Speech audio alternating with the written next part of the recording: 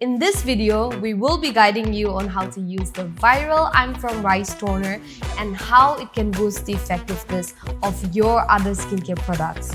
So let's get into it.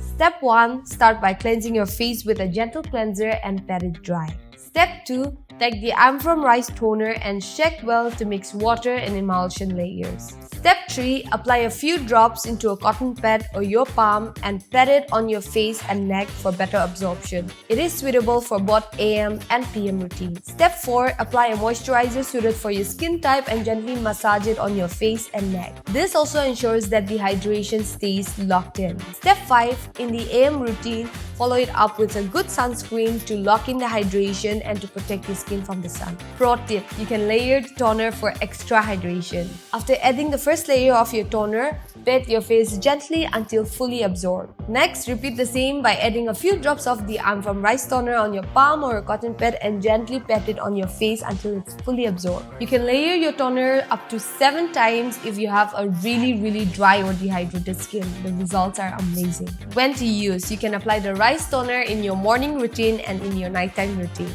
And yes, you can use the toner every day.